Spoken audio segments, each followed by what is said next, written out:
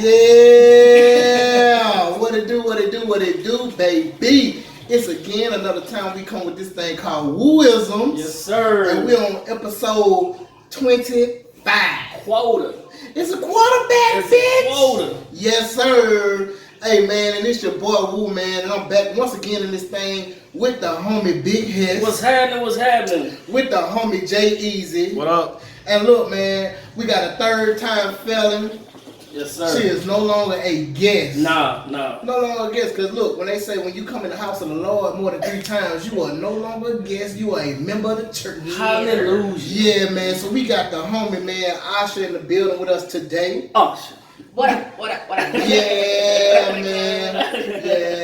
Yeah. She said she was pretty enthused. I saw a post on Facebook. She said, anybody on their podcast talking about Jane and Will, I want in. I thought y'all had already recorded, so that wasn't a side note to y'all for y'all to invite me. Look at God. Yes. Look at God. Yes. I mean, normally, man, we record on Saturdays, but you know what I'm saying? Like, we had a lot going on yesterday, so, you know, eventually we was going to do something different for this week, and then, oh man, this hot fire. Yes. This hotness. Yeah. It hit the well, man. And, you know, we still going to do what we originally planned we was going to do, but we just had to tackle this topic while it was hot. Had to, man. Fresh out the oven. Yeah. Man, before we get off into the red tape of talk for this week, man, I just want to say to everybody, man, once again, I still appreciate y'all for rocking with us like y'all always do. Yep. Man, it's been a journey, and the feedback that we are getting has been amazing. And you know, we could not do it without the listeners and the viewers, man. So we appreciate y'all. I appreciate y'all from the bottom of my heart, and I know my co-hosts, they appreciate y'all as well, man. Big Heads, man, he appreciate y'all for tuning in and listening to us every week. I know Jared appreciate y'all for checking out the YouTube page because that's his baby, and he's doing a hell of a job with the YouTube page. So, you know, I know a lot of y'all, man, if y'all listen to the audio, you might not check out the video, but hey, if y'all don't check out no other parts of the video, man, always check out the Woosop moment of the week. Always. It's typically golden. Yes. Yeah. Another thing too, man, I want to say shout out, man, to the homie Asha, man, because she popped out on me yesterday, did a slight interview, man, and shit, it turned out, man, hella good. You know, for y'all that don't know, I have started a petition here in the city to have our Juneteenth flag flown at Government Plaza. And the reason why I did that is because Mobile County Commissioner Connie Hudson, I know y'all checked out the Woosop moment of the week, but Connie Hudson, man, she's trying to replace the 3rd National Confederate flag with the 1st National Confederate flag and throw a slap in the black community's face. So that's what I did, and you know, I didn't even like reach out to Asha and say, hey Asha, you know, I know you on the news, you know, can you know, do an interview for me? I was just like, hey, can you plug me in with somebody? And she said, sure. And next thing I know, that somebody was her. Yeah, she's like, somebody? You talking to somebody. Not saying she ain't nobody, but you know what I'm saying? Like, a lot of times, man, like, you know, us black folks, man, we don't really always want to use, like, our lifelines. You know what I'm saying? Like, we don't want to, most of the time, like, have our people feel like we're taking advantage of them in the position that they're in. Yeah. And so, you know, yeah, I know, you know, she's real big on the news, but I didn't even come to her and say, hey, do this for me. And you better be happy because my schedule, I don't really report since this coronavirus has happened. And so I've been real lazy and relaxed and don't really care to do interviews anymore or edit stuff. And I was like, I'm going to go ahead and do this one, though. Well, man, look, I really appreciate it, man. Like, I woke up this morning and I saw it and I posted it, man. It had like a whole lot of views. So please, people, man, if y'all haven't seen the news clip, it's on fox10.com. I posted it on my Facebook page. I posted it on my Instagram. Man, just go and check that out. And another thing, too, man, here in Mobile, it's another Super Tuesday. This Tuesday, July 14th, we are voting with the runoffs with a lot of positions made available here in Mobile. two positions that I'm telling everybody who I'm voting for, and I would like to see y'all to vote for as well, is Miss Sherry McDade. Yeah. She's always gonna be Sherry McDade to me. Yeah. With McDade, Dillahay McDade. Yeah, but she's always gonna be Coach McDade to me. She's running for a school board position against Chocolate Tie. Yeah. I'm voting for Coach McDade. Yeah. My daughter, that was her student at Pritchard Prep, said, "Daddy, you gotta vote for Coach." Boy, I thought you were about to say she voting for Coach. I was like, what have you finagled at the polls? But you know, I work at the poll. Right, exactly. So yeah, and then also my frat brother James Averhart, he's running for the first congressional seat in District 1, and I'm also voting for him too. And we're gonna come back around and talk about this. Maybe this might be my Woosop moment of the week. Who knows, but we'll see. Any more church announcements that y'all may want to get out? I don't have any church All announcements. hearts and minds. Yeah. We're not finna stand in Yeah. location right there because we finna dive in. I was originally gonna put a red tablecloth on the table, but it was kind of dirty. I can't have a dirty, because then people gonna think that my house dirty. Can't have that. Yeah. Have that. We can't have that at all. Yeah. So nah. Just but, imagine. We got the red cups. We got the Yeah, red we cup. got red cup. Yeah. Red cup talk. Yeah, red cup talk. That's it. Oh my goodness. So, segueing into the topic of discussion on this lustrous Sunday. Yeah. So we got a response to good old Og. Yeah. Please call him that by his first name. Og. She called him Og. I'm gonna call him Og. He called him Og. They got a real relationship. Oh, they got more than man. Look, when she started calling him Og, you know he was meat balls deep in that thing. Call me Og, Jada. Og. Say it again, Jada. Oh my Og. God. That's meatballs deep right there. So yeah. The internet, the black community was in a disarray when August Alsina sat his happy ass down and discussed everything with Jada. Yeah. I mean, not Jada, but with Angela Yee. And people didn't think we was going to get a response. We was like, what the fuck is going on? Yep. But lo and behold, Jada brought herself to the red table. Yep. Along with her life partner. Yep. Oh, William Smith. Yeah, you are no longer Will in my eyes, buddy. William. You took the ultimate L. And I saw it all in your fucking face. Right. I was like, All in his face. All in his face. He looked like he had been sleeping Sad for weeks. puppy. For months. He looked like I Am Legend all over. Yeah, right. Like he just killed the dog. Right. That's what he looked like. He killed the dog and singing some motherfucking Bob Marley in the background. But Jada and Will came to the red table, man, and 12 minutes, but it was filled with a lot in those 12 minutes. So before we get into it, I want to go to Asha, because I know you got a lot to say, and you weren't here with us last week when we initially dove into it. So let's start off with your perspective Dive in. on the situation. I feel like it was too short. There's a lot. I mean, of course, I'm all about relationships being private stuff, and what works for you may not work for me or anybody else. But I don't think that it was deep enough. I feel like there should have been more conversation, especially if they're going to address an interview that was recent over a situation that happened, what did they say, 5 years ago? Yeah.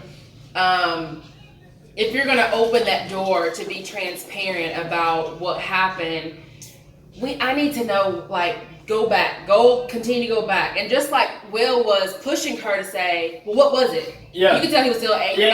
Say what you did. Yeah. Explain it. And Right. I think that they're both of them, because even before this happened, when you see interviews with them talking about relationships and their own happiness and even their relationship, they're very particular with their words. And I think that because they're so particular but not specific, it leaves a lot of room for assumptions and people to put their own perspective and their own conversation and understanding on it. So, you know, we thought they were in this open relationship when they were just really taking a break, but they've always talked about how, you know, I don't remember who Will did this interview with, but he talked about they both had to find their own happiness to not depend on that other person for their happiness together or, you know, separately. And again, I just think that in those 12 minutes, there was so much that was not said or explained to even go back to, well, how did they get to the point where they separated? Why did they separate? What if baby Will did something that made her want to push back to separate from him? Right. And what transpired for her to even be in a position to be entangled with somebody else? And I think that should have been part of the conversation to get us abreast of what happened 5 years ago. Not that they owe anybody an explanation, but if you're gonna go solely off of, you know, put Jada only in the hot seat and her taking accountability for where they are, I don't feel like that she was the sole reason of where they were and why they may have separated to begin with. Yeah, because I mean, when you look at a separation, like it was some stuff that had to happen leading up to it. Like I completely agree with that. Like it was.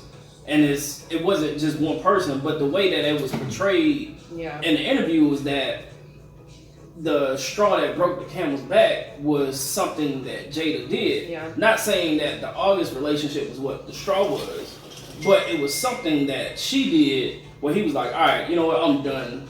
Like, you need to go find your happiness, I need to find mine, and then we'll come back to the table and see what that is. Man, it had to been something like... And this is the thing too, man. Like this is like why, and this is maybe another topic of like how women are so much more forgiving when things occur than men. Yeah. But still hold that in because, like when she said, well, it was something so serious that happened to where they had to separate. Right. And then Will came back and said, "I was done with you. I was done with your ass." Right. But then you needed the time, or we needed the time to separate so you can figure out what you're going to do and I figure out what I'm going to do. Right. And then in the midst of that figuring out, here pops Og. Right. Well, Og been in the picture. Right. So apparently it was something that was going on while he was in the picture. It was or while he was there when they were seeking the help. So I feel like it was a familiar face. Right? So like he had already opened himself up to her because of like the issues that he was going through. And so he was seeking healing through her, which you can't seek healing through another person. That's a whole If nother you notice, I'm sorry to cut you off, but if you notice, like both of them said simultaneously he needed help. He needed help. Right. He was in a place of hurt. Right, that was the basis of the relationship. Right. So then, we kind of touched on this last week. So obviously, like, with him opening himself up, she kind of opened herself up as well in some form or fashion.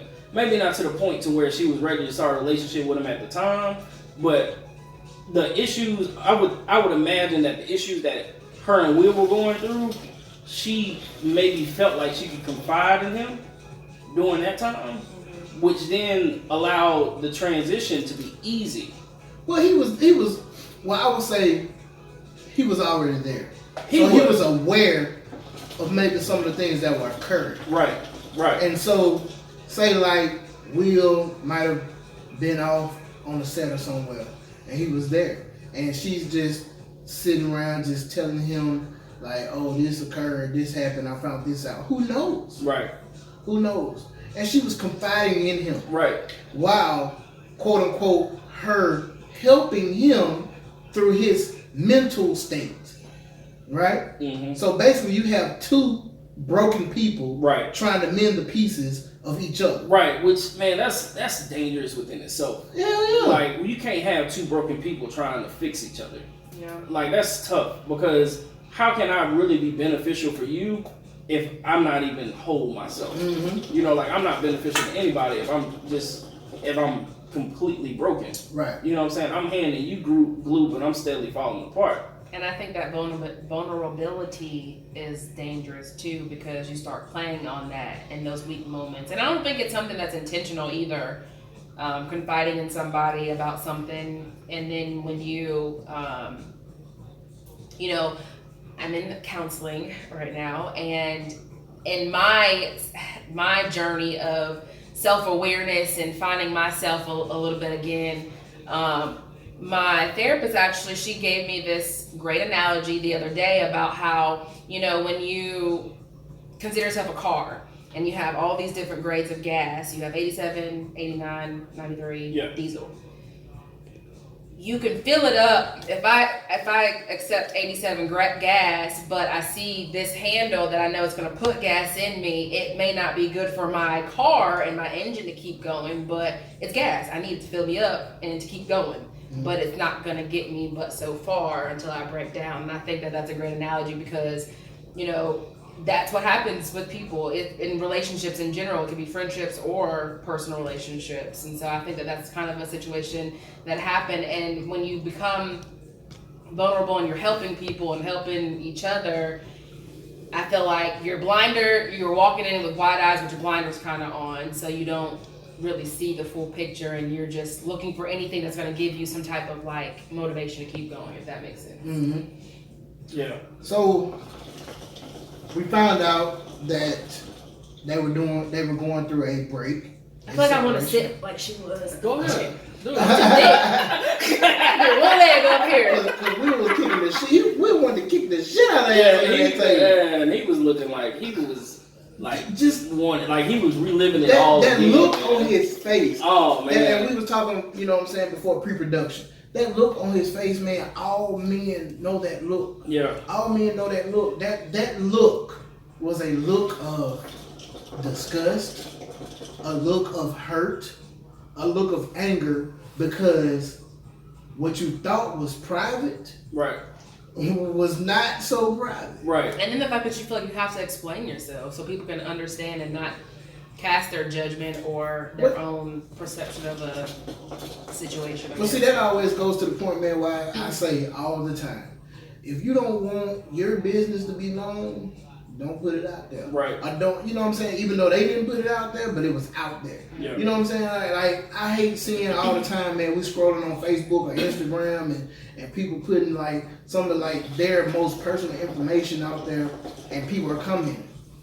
Once you put it out there, it's for, you can't tell other people how to react to what's out there. Right, because you put it out there. You know what I'm saying? Right, right. So now you have to go back and you have to make amends, or you have to save face, or whatever you got to do in the public eye, because the public just trashed your ass. Right. And he said it perfectly. Black Twitter got a hold of it. They got, man, one thing I will say about our black community, boy, it don't matter if it's on Twitter, Facebook, Instagram, Snapchat, when it hits they ain't got no lies. When it hits the internet. When it hit that internet. And black people get a hold of it and start populating memes, it's a wrap. That mother face is a legendary meme right now. Like that mother, that face is everywhere. Yeah. Shit, it damn near probably battling the Jordan crime face right now.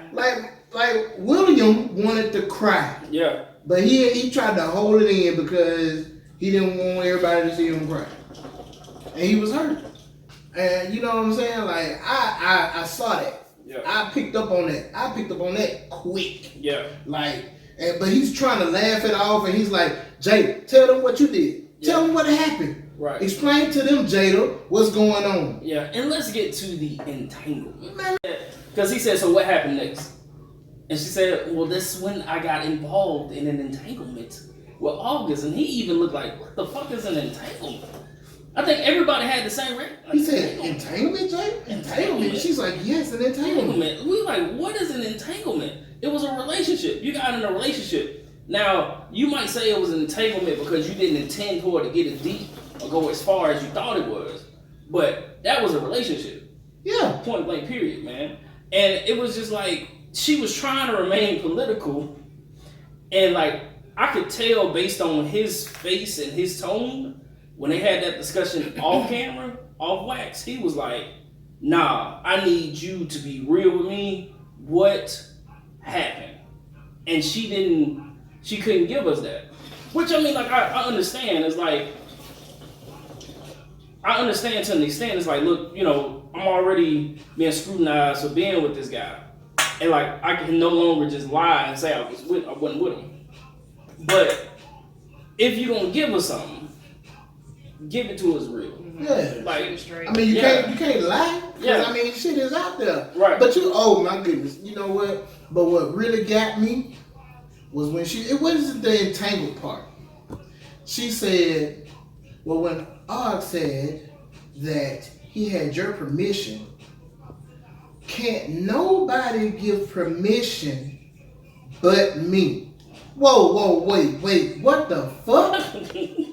So now, not only, okay, your little fucking fling is out here, but now you goddamn making it seem like I ain't shit because you saying that you gonna give permission for this dude to fall off in your cootie cat. So, with that being said, how remorseful do you think she is about the relationship? Like, Well, yeah, like how remorseful do you think she is? Because, like, of course she don't owe like a public apology to Will for us. Like, she don't owe us that. But like, even the way that she was talking is almost like I did it. what you gonna do? I mean, but I think that that's part of their self-growth and healing that they always talk about. Man, fuck all that.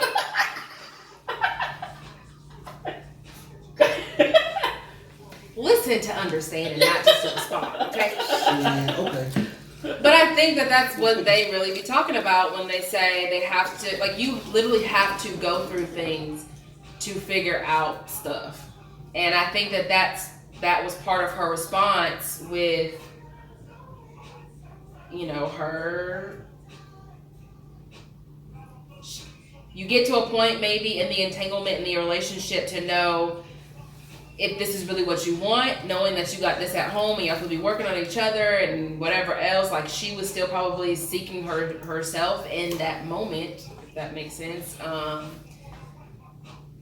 don't know, like, you're shaking your head, whatever. I just feel like, I don't know, because I'm saying I've been there. I've been in those relationships with people where we may take a break and I'm trying to decide if this is really what I want. And in that process, somebody may come along. I'm fucking on a nigga during the process. You can't. So you never had a break from somebody and you start talking to somebody else and y'all may be sexually active. Yeah.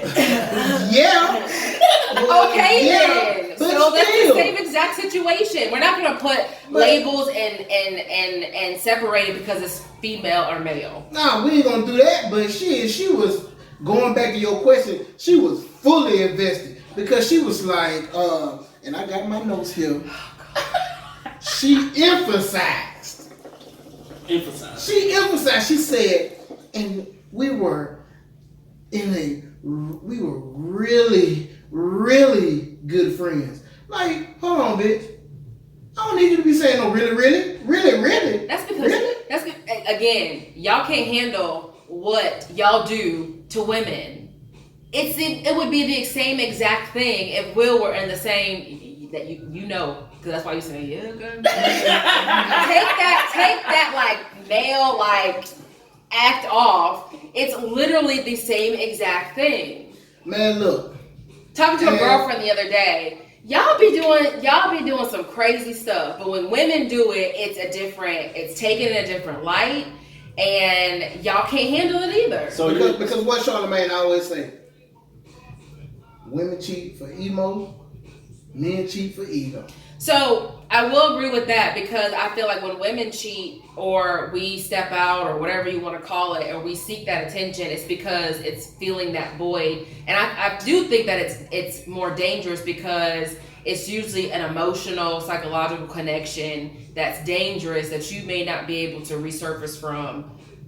Versus men, y'all just want to feel like y'all still got it and then there's no feelings attached. But I think that as women, we give ourselves to other people for that maybe fulfillment. I mean, but shit, when I was single, I could flip-flop. I could fuck with you if I wanted to, and if it was just me hooking up, whatever, that's what it was. I don't care. So you men got their feelings hurt too. I don't know. So you speaking with purpose. more about. So we ain't doing all that daily texting. Good morning. No. So you speaking more of like the double standard. Yeah, there's always a double standard, and I think that once, especially men in particular, when they're putting their 2 cents in this conversation, they're not thinking about that double standard, because y'all do it to women all the time. And with me posting on Facebook earlier today, starting a conversation about what they got going on is more normal than we think. It's not a good, healthy, normal relationship to have that back and forth and those breaks where you have the opportunity to get entangled with other people, but it happens all the time. I'm pretty sure everybody who's been in a relationship, they've had a certain point where there's been another person, or they felt like they lacked in a certain part of a relationship, and then they, if I'm dating somebody and then I see, I'm having a problem with my dude at home, and I'm out with my girlfriends and I see a dude that got a flashy car, look good, smell good, for that moment you buying drinks and I'm entertaining you to the max, and phone numbers are exchanged. You just might be my little text buddy, my little thought bot for a second, and then that's it. I mean, but Thought bot. Yep. Okay. I mean, man. So I think this is like a prime example of like the 80-20 rule. So like, let's hold it. Okay. Let's take a brief intermission. Let's hear from the sponsors. When we come back, man, let's talk about this 80-20 rule. Let's talk about separation, open relationships, and regrets made during those separations. Yep. It's Wooisms. We about to hit this break real quick, and then we'll be back. Right, bike. Bye.